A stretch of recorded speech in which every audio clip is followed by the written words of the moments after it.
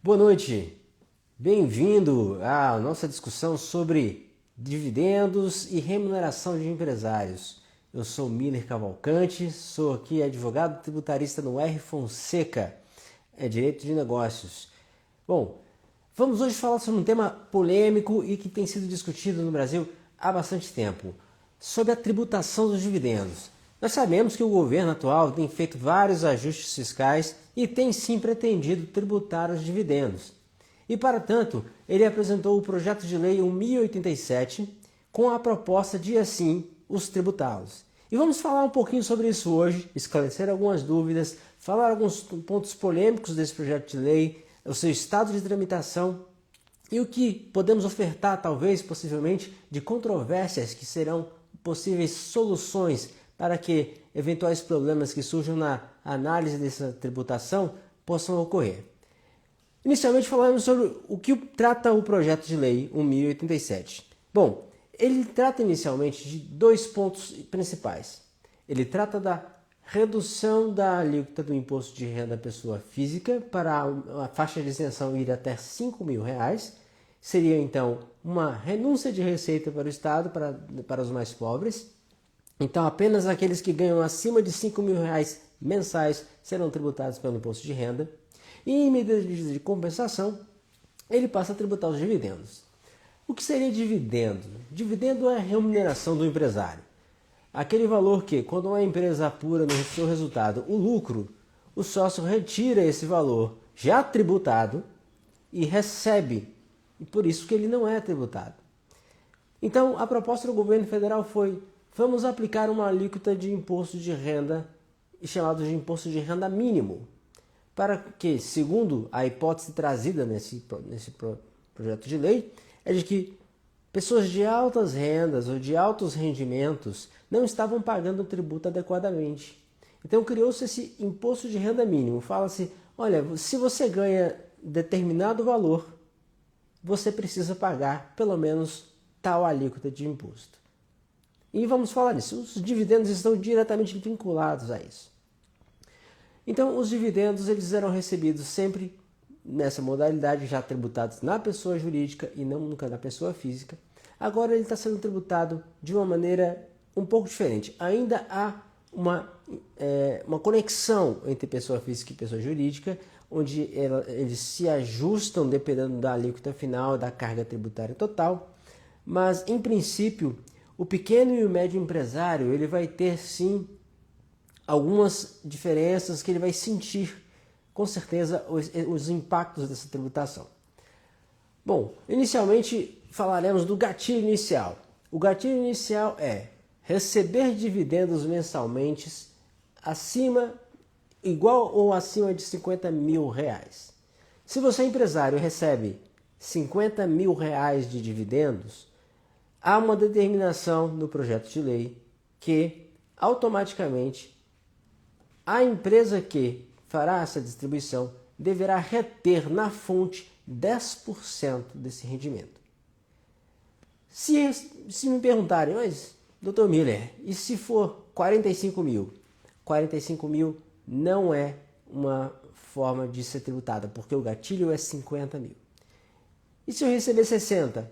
A alíquota continua em 10%. Se eu receber 600 mil, continua em 10%. Então, é uma alíquota única, que é essa antecipação feita a cada mês que o empresário recebe.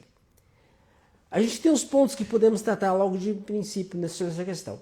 O primeiro ponto é, bom, se a lei nos dá um gatilho de R$ 50.000, para você se prevenir contra isso, você pode simplesmente organizar-se de forma a receber os seus dividendos abaixo de R$ 50.000 por mês. Portanto, assim você não pagaria essa alíquota de 10% adicional, pagaria apenas o seu imposto de renda da pessoa física na sua declaração de ajuste anual, normalmente e regularmente.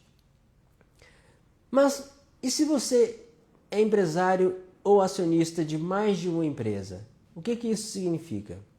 Aí está um ponto extremamente importante e relevante. A lei não fala de soma de rendimentos, mas de pagamentos individuais.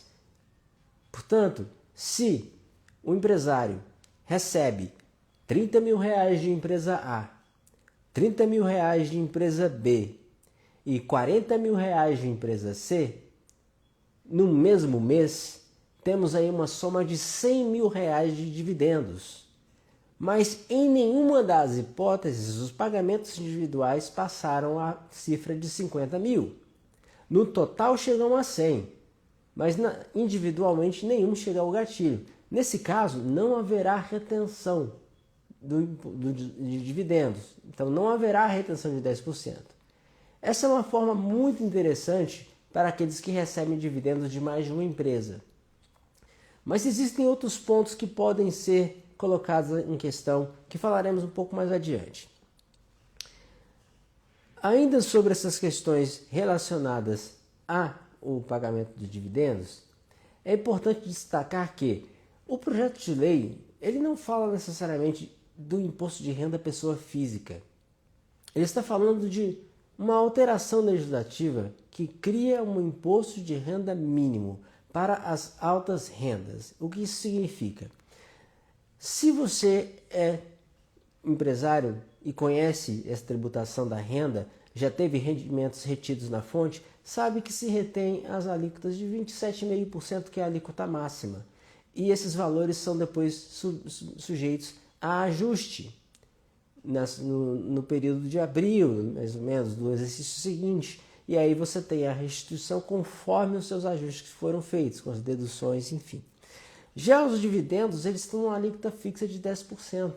E essa alíquota não passa de 10%, não importa quanto seja o valor recebido.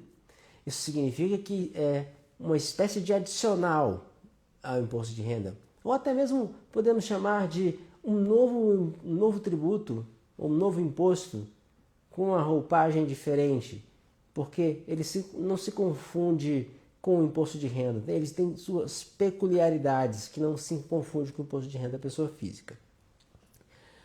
Uma coisa importante para se colocar também em relação a isso.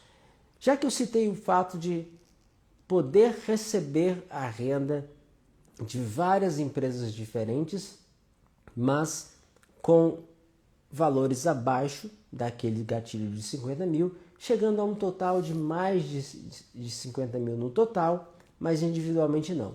Nesse caso você não sofreria a tributação na fonte. Mas há uma seguinte situação. A própria lei prevê que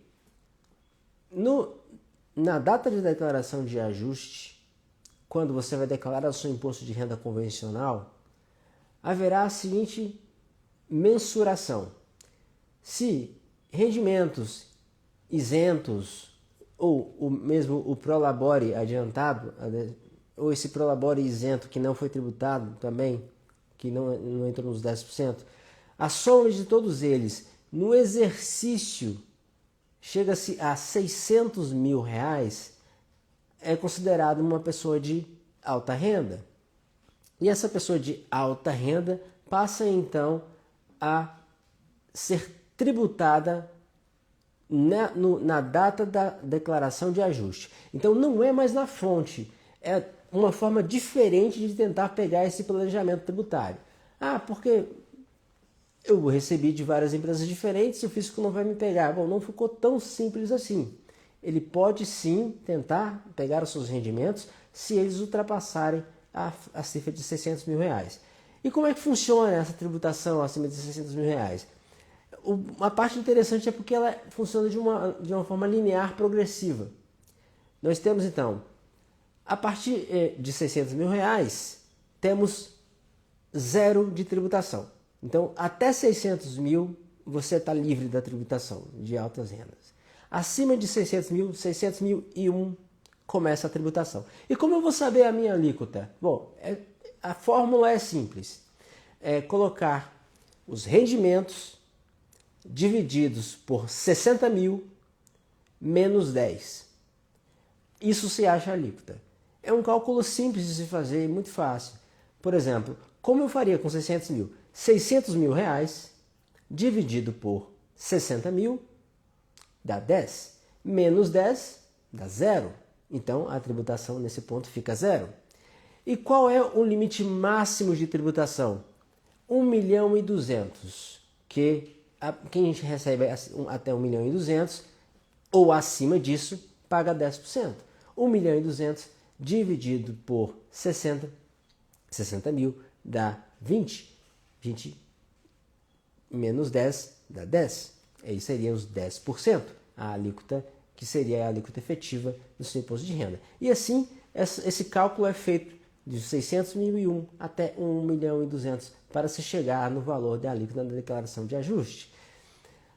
Existem ajustes que podem ser feitos e retiradas que podem ser feitas? Sim, existem rendimentos que podem ser excluídos.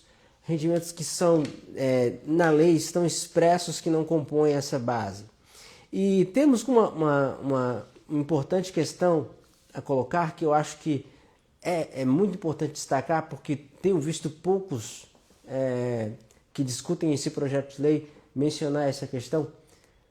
Quando alguém recebe rendimentos de dividendos mensalmente, portanto, acima de 50 mil e sofrendo a retenção na fonte, chegando ao final do exercício, não chega a 600 mil reais, o que isso acontece? Bom, se já chegamos à conclusão de que em 600 mil reais a alíquota fica zero, então vamos ajustar esses dividendos que foram tributados na fonte. E se a alíquota for zero, ele deve ser restituído.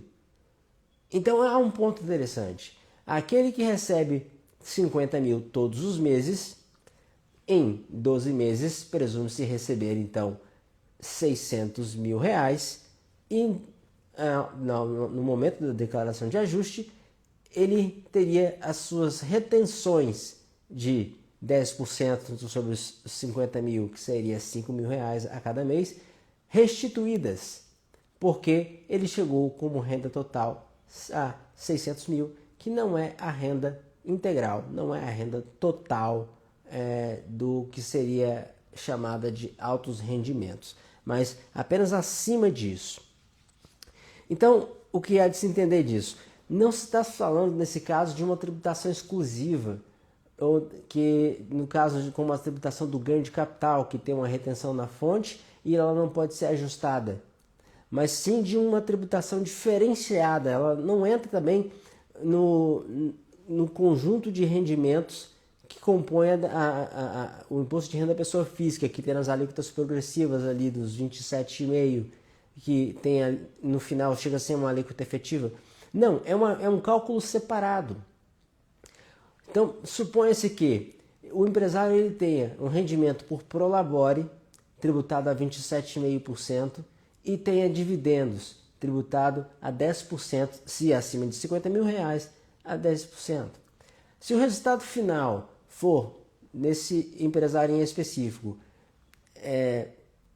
600 mil reais ou um pouco mais de 600 mil reais, os dividendos serão calculados pela alíquota específica dele, que é linear, considerando a metodologia de cálculo que é rendimentos dividido por 60 mil menos 10, e os demais rendimentos que foram retidos na fonte serão ajustados conforme as possibilidades de dedução, que são comuns do imposto de renda de pessoa física e seus ajustes.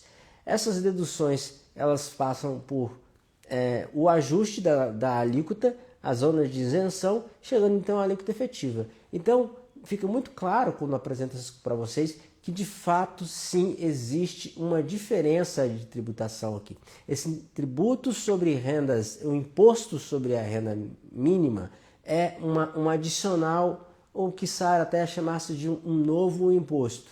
Um novo imposto com o mesmo fato gerador, que seria rendimentos, mas é uma estratégia do governo federal para a tentativa de arrecadação. Não vamos entrar aqui na polêmica que é a proposta do governo de tentar tributar os mais ricos, quando a gente observa que quem tem um rendimento de 1,5 milhão por ano, 1.200.000, que seria o máximo, ou a 600 mil, não é a parcela dos mais ricos. Estamos falando da parcela de classe média e classe média alta. Então, quem sempre tem pagado a conta, né, tem sido aqueles que somos nós aqui. O empresário convencional, o setor produtivo, aquele que injeta dinheiro na economia, que emprega, que gera emprego. E essa tributação ela não tem sido bem recebida pelo setor produtivo e por essas razões que existem várias e inúmeros questionamentos sobre a efetiva arrecadação efetivo efeito arrecadatório dessa medida e se ela de fato faz justiça fiscal.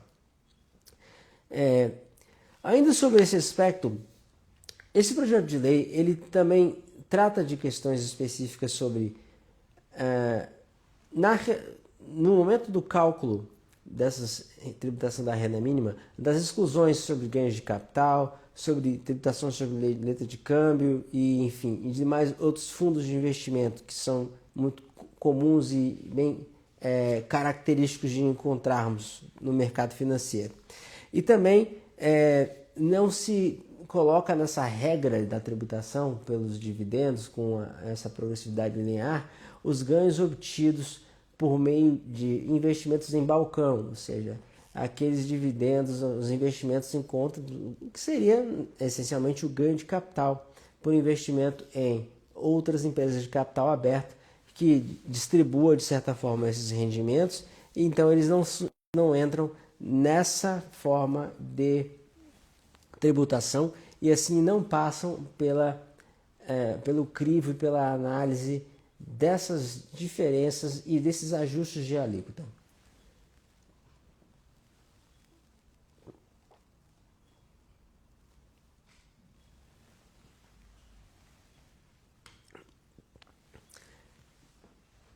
Agora, mesmo que já tenha falado um pouco sobre isso, muitos dos empresários não sabem, muito precisamente, a diferença do que seria o prolabore do que seria dividendo. Principalmente agora, quando os dois são tributados, é importante que essas diferenças fiquem claras, até para se fazer um planejamento e uma estruturação de qual será o cenário ideal onde terá a menor carga. Por fazer contas, é possível chegar a alíquotas efetivas diferentes em vários cenários e assim encontrarmos as melhores formas de tributação. Como isso é possível? Primeiro vamos falar do que é o prolabore. Prolabore é uma remuneração do sócio, que seja o sócio administrador, que em razão do seu serviço prestado na administração da empresa, recebe um valor que seria o seu prolabore, que era pelo trabalho. E esse valor recebido pelo trabalho, ele tem a tributação na fonte, a alíquota de 27,5% máxima, seguindo as alíquotas progressivas, que vão ali desde os 7, 12, 22,5%, 27,5%. Essa tributação ela é sujeita à declaração de ajuste no momento final, quando se chega à declaração anual. Se foi tributado a 27,5%, que é a alíquota máxima, quando se faz a declaração de ajuste, tira-se despesas médicas, despesas com educação e outras demais despesas dedutíveis que são possíveis ser excluídas à base de cálculo do imposto de renda, como dependentes, aqueles que são pais ou mães, que têm filhos que se dependem, gastos com plano de saúde. Tudo isso pode ser deduzido. Quando se deduz esses valores da base de cálculo, o montante a ser tributado pela alíquota máxima de 27,5% diminui, porque ela começa iniciando pela alíquota mais baixa, vai subindo, depois 22,5%, depois 27,5%. Então, o que faz com que alguns casos, tentaram aqui um exemplo não fiz um cálculo aqui pronto, mas posso citar um exemplo de uma pessoa que tem um rendimento anual de R$300 mil, feitos os ajustes, feitas as deduções, esses rendimentos que foram por meio de prolabore, efetivamente já retidos na fonte a alíquota de 27,5%, na declaração de ajuste se faz o cálculo e chega-se então a uma alíquota efetiva de, por exemplo, 20% ou 17%. Então essa é a carga total efetiva. Seria 17% para quem é remunerado por prolabore. Bom, nesse cenário, o qual é mais vantajoso? Ser remunerado pelo Prolabore ou ser remunerado por dividendos? Bom, como o dividendo tem como alíquota maior 10%, se você tem uma alíquota efetiva em seu Prolabore em 17%, o cenário fica mais favorável para os dividendos ainda. Mas existem possibilidades que o rendimento daquele que exerce esse Prolabore, ele tenha muitas despesas a deduzir ou tenha situações específicas e peculiares na sua declaração de ajuste de imposto de renda, ele pode chegar a uma alíquota de 10% ou inferior a ela, que seria, portanto, a forma mais que superaria em termos de carga tributária, ficando abaixo e mais vantajosa do que a tributação dos dividendos agora que tem uma alíquota de 10%. É uma alíquota pesada. Se a gente está falando de uma tributação sobre rendimentos que já existe a 27,5%, que já é alta, você coloca um adicional de 10% é muita coisa. Então, nessa situação, é muito importante entender que ser remunerado por Prolabore ou por dividendos, é importante também fazer a seguinte ponderação. E ser remunerado pelos dois? Se for remunerado pelos dois, tem que fazer a diferença que eles são calculados por alíquotas diferentes e no final das contas a carga e a alíquota final será outra, será diferente. Então é necessário que se faça as ponderações e os cálculos e esses planejamentos. E tudo isso nós estamos prontos e preparados para fazer para vocês. Fizemos um estudo muito aprofundado desse projeto de lei e todo o cenário político, ele indica que essa lei será ainda sancionada em 2025, até porque o texto dela já trata de forma muito clara que de efeitos a partir de janeiro de 2026, significa então que ela vai sim ser vigente já no ano que vem. Então todos os empresários, e isso digo todos porque dividendo e Prolabore são práticas não só usuais, mas são práticas que são parte da atividade empresária. Todo empresário ele vai precisar se programar, ele vai precisar fazer contas, ele vai precisar se estruturar. E essas contas não são sempre muito fáceis. Essas contas às vezes precisam de especialistas e de pessoas que tenham conhecimento específico da legislação, que tenham estudado a legislação antes mesmo dela virar lei, enquanto ela ainda é projeto de lei. Já está estudando e aqui fazendo uma live para vocês. Por exemplo, o que eu posso trazer para vocês e que eu vi na lei e encontrei como um ponto de forma interessante e que pode ser usado por todos vocês é que o Prolabore, embora ele seja tributado a partir de 2026, ao valor acima de R$50 mil, ele será 10%, ele tem o seguinte cenário. Se ele foi deliberado em assembleia, na empresa, pelos sócios ou acionistas, foi deliberado, ele foi provisionado contabilmente, foi registrado que haveria uma distribuição de lucro, pode ser lucro acumulado, não só lucro daquele exercício, que esse lucro seja distribuído no exercício de 2026, ou também 2026, 2027 ou até 2028, em 3 anos sequentes. Se a apuração, deliberação e registro acontecer em 2025 ainda, este ano ainda, que o tempo é curto, nós estamos já em novembro praticamente.